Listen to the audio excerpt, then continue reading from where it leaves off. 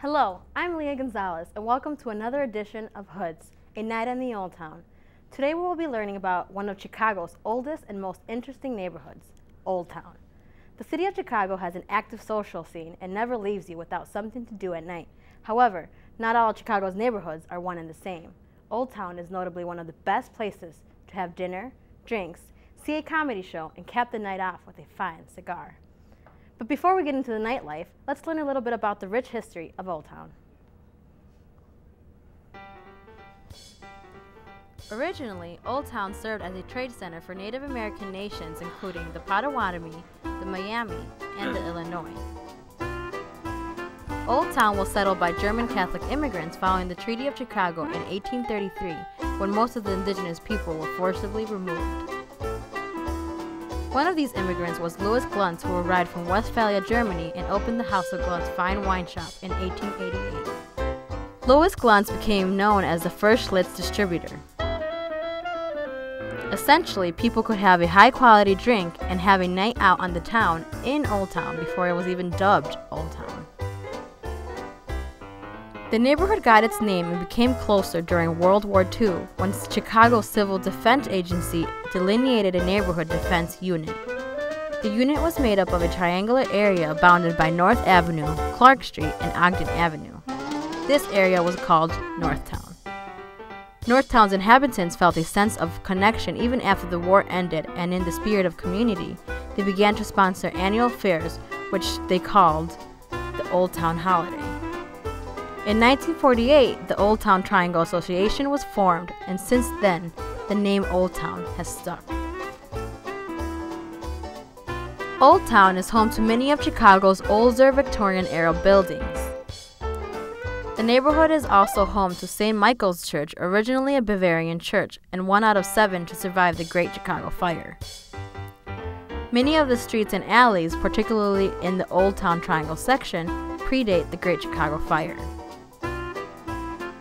In 1927, sculptors Sol Kogan and Edgar Miller purchased and subsequently rehabilitated a house on Burton Place, near Wells Street, into the Carl Street Studios. Through the 1930s, an art colony emerged in the neighborhood as artists moved from the Tower Town neighborhood, which is near Washington Square Park. During the 1960s, the neighborhood was the center of the yippie and hippie counterculture in the Midwestern United States. This was mostly due to the fact that by the 1950s and 60s, many of the original families that had settled in the neighborhood had moved to the suburbs, leaving behind Victorian buildings with storefronts. This dense storefront-laden area on Wells and North Avenue became the nexus of hippie culture, as well as the newly emerged out homosexual culture that gave rise to boutiques such as Crate and Barrel in neighborhoods today. The violent events that took place during the 1968 Democratic National Convention transpired around the Convention Center, Grant Park, Old Town, and Lincoln Park, which are adjacent to Old Town. During the 1960s and 1970s, Old Town became the center of Chicago folk music, featuring singer-songwriters such as Bob Gibson, Steve Goodman, Bonnie Kolak, and John Prine, playing at several clubs on Wall Street such as the Earl of Old Town, Somebody Else's Troubles, and The Quiet Night. The Old Town School of Folk Music was closely associated with these artists and clubs. The largest and most successful of the folk clubs was Mother Blues, which featured nationally known artists and groups such as Spanky and Our Gang, Jose Feliciano, Odetta, Oscar Brown Jr., Josh White, and Chad Mitchell. It also presented comedians George Carlin, Sergio Mendes, and the Jefferson Airplane. A night on the Old Town in the 1960s might have included a trip to Uptown Cigar after a long day of rioting, or going to Mother Blues on Wells Street. A few of the institutions from the 1960s era still exist today, such as the Second City, the Old Town Ale House, Bajor Video, the Uptown Tobacco Shop, the Old Town Aquarium, and of course, Old Town School of Folk Music, which moved after the 1968 riots. After the Martin Luther King assassination, the neighborhood experienced a tense racial division during the 1970s and 80s, which left a de facto segregation between Old Town north of North Avenue and Old Town south of North Avenue.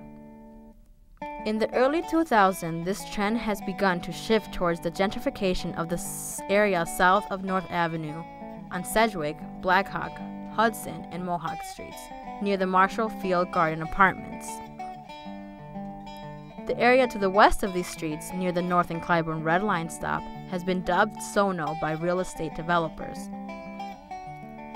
SoNo's boundaries are North Avenue, Halsted Street, Division Street, and the North Branch of the Chicago River, which is not part of Old Town. Currently, Old Town south of North Avenue is a mixture of rich and poor. Today's Old Town is bordered on the north by Armitage Avenue, on the south by Division Street, on the east by Clark Street, and on the west by Larrabee and Orleans Streets. The neighborhood lies north of Chicago's downtown, and 40 years ago it was one of the city's first areas to be gentrified, but today is one of the last of Chicago's neighborhoods to go to sleep. Let's check out what one does on a night on the Old Town today. Here in the studio we have Tom Nawrocki sitting down with one of our Hoods correspondents, Nick Avila. Tom is a member of the Columbia College faculty and a historian who really has seen Old Town change over the years. Isn't that right, Nick? That's right, Leah, and we're actually very lucky to have Tom in the studio because Tom has known Old Town since the 1960s.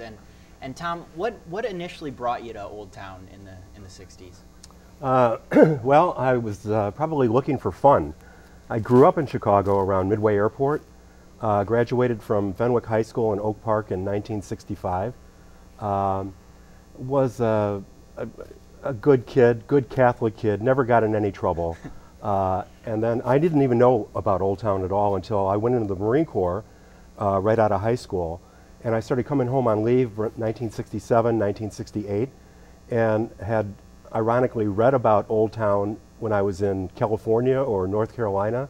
So I wanted to see it for myself, and that brought me out for some fun. So you were in the Marine Corps then, and I know that Old Town has kind of been known. It had kind of a counterculture feel back then.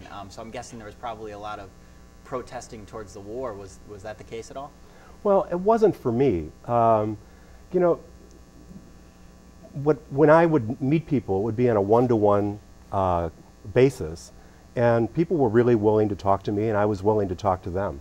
I was interested. I'm not a typical Marine. I sensed that by 1968 there were things going wrong with the war, and I was interested in talking to people who were interested in protesting. Yeah. So I would just walk up and down Wells Street, and people were always out. That was the great thing about Wells Street. The street people were out, and they would talk to anybody who came by and bum a cigarette and, you know, ask for some spare change, and I wanted to know what they thought. Yeah. Was there, so Old Town was definitely a kind of, in Chicago, the center for the counterculture. Absolutely, yeah. What was that like, just kind of walking down the street with you know, hippies and things like that? I was thinking about that. I thought you might ask me, and the only thing I could compare it to is in The Wizard of Oz, when the house crashes and the door opens up and everything's in Technicolor. Yeah. That was Old Town. People had flowers in their hair. They really had flowers in their hair. I had, if there are children watching, leave the room now. I had never smoked marijuana. I kind of got a whiff of it there. Yeah. So it was definitely in the air. It was definitely, yeah, and it was. People were playing music, and people would dance. It was like no other place I'd ever been to. Well, yeah, and another thing that happened during that time was the Democratic National Convention, and there were some riots and things like that. And you were in the Marines, so did you have any sort of, you know, connection with that at all, being in the Marines? Well, yeah, actually, yes. I was stationed in Camp Lejeune. I was on the New River Air Base attached to Camp Lejeune. And after Martin Luther King died and there was rioting in cities all over America, they decided that it would be a good idea to train Marines who were by an air base in riot control.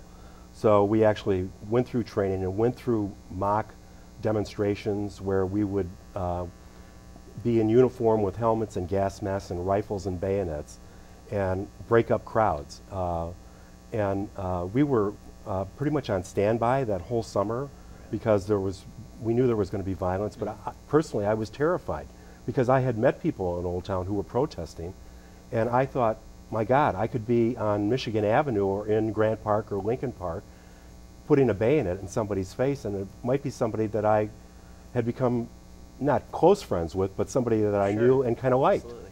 Yeah, so I was really concerned about that. And that's kind of I hadn't thought about that. What did a night kind of on the Old Town look like back then for you? What did you do on an average night? Well, it changes from year to year. Mm-hmm. When I would come in on leave, I wouldn't be there.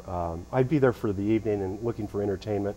In 1967, I was 20 years old, so I couldn't really go into a bar, but it was hanging out on the street, and it was talking to people and finding out there was an underground newspaper called The Seed.